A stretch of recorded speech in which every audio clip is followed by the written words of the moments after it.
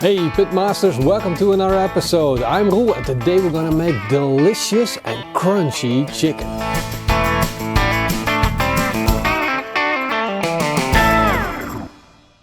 For our fried chicken we're gonna use these beautiful chicken legs. And these are free-range chicken legs. Look at that amount of fat that's in there.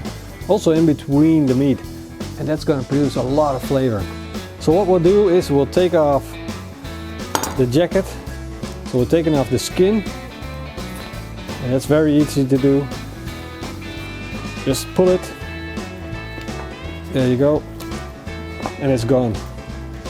Flip it around, and now we're going to open it up and take the meat off the legs. Well, basically what I'm doing is put my finger underneath the bone, which we exposed, and put the knife in and cut, and you cut your bone clear. Push the meat and pull out the bone and give it the last little cut, and then you have a clean cut of chicken thigh. Cut off that bit of cartilage. There we go. And it's as easy as that. So we'll do this for the other chicken legs as well, and then we'll start brining. Now that we cut off our chicken, beautiful size, exactly what we want. I want a big chunk. Now we're going to start preparing our brine. So I've got 100 grams of salt and 100 grams of sugar. Now we'll slowly let our chicken slip into the water.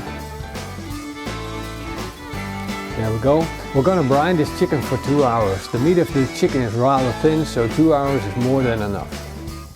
And as always, the first thing that we're going to do is fire up our barbecue. I'm using the Kamado Joe Big Block. Use 2 of these fire starters, light it up. And with a small fire starter like this, it's going to take around 10 minutes to start it up, and then we can start cooking.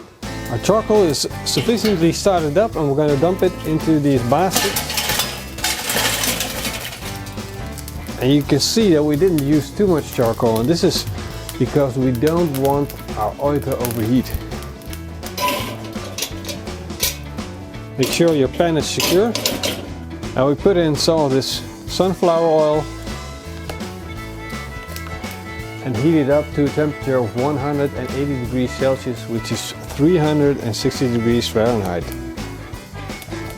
So the chicken is brined. It's been 2 hours and it's ready to go through our setup. So what we're going to do is we're going to dust it with Superlicious barbecue rub. This is my new rub. Go check it out if you can. If you can't get it, I'll put a recipe for a different rub, but something like it, in the video description, so you can make your own if you want to. And then we're gonna put it into buttermilk. That's it, buttermilk. So this is buttermilk.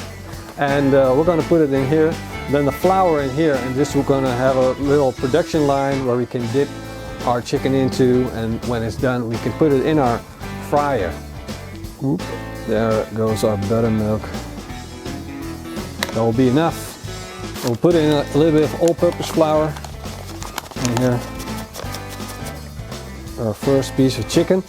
Now what I'm doing is I'm taking it out of the brine, but it's still wet. Normally I would pat this down to make it dry, and then with a little bit of oil dust it with my barbecue rub, but because it's really cold outside I'm not gonna bother with any oil because it's really gonna clog. I wanted to use olive oil, but it will just turn hard and won't help the rub to stick. So I won't dry it off, put some of the rub on.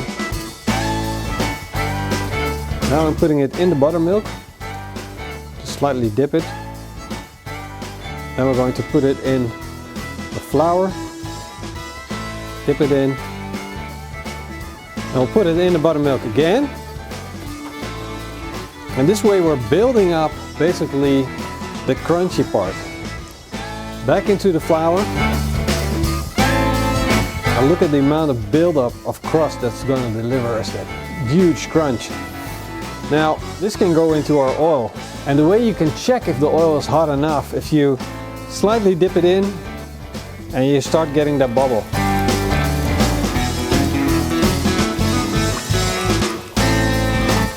Now we'll just keep doing this until we have all of our chicken fully cooked.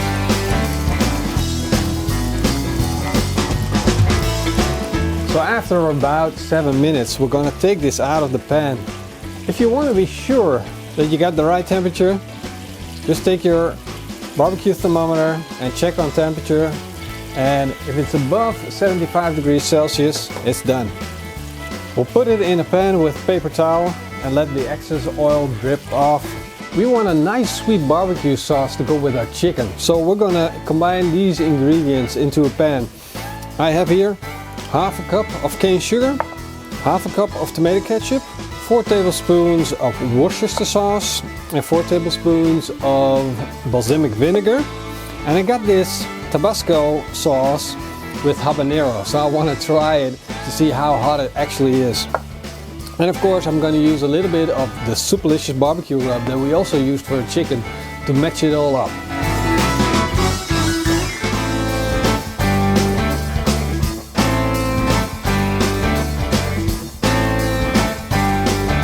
Homemade barbecue sauce, deep fried chicken, what more could you wish for? Let's give it a try, right?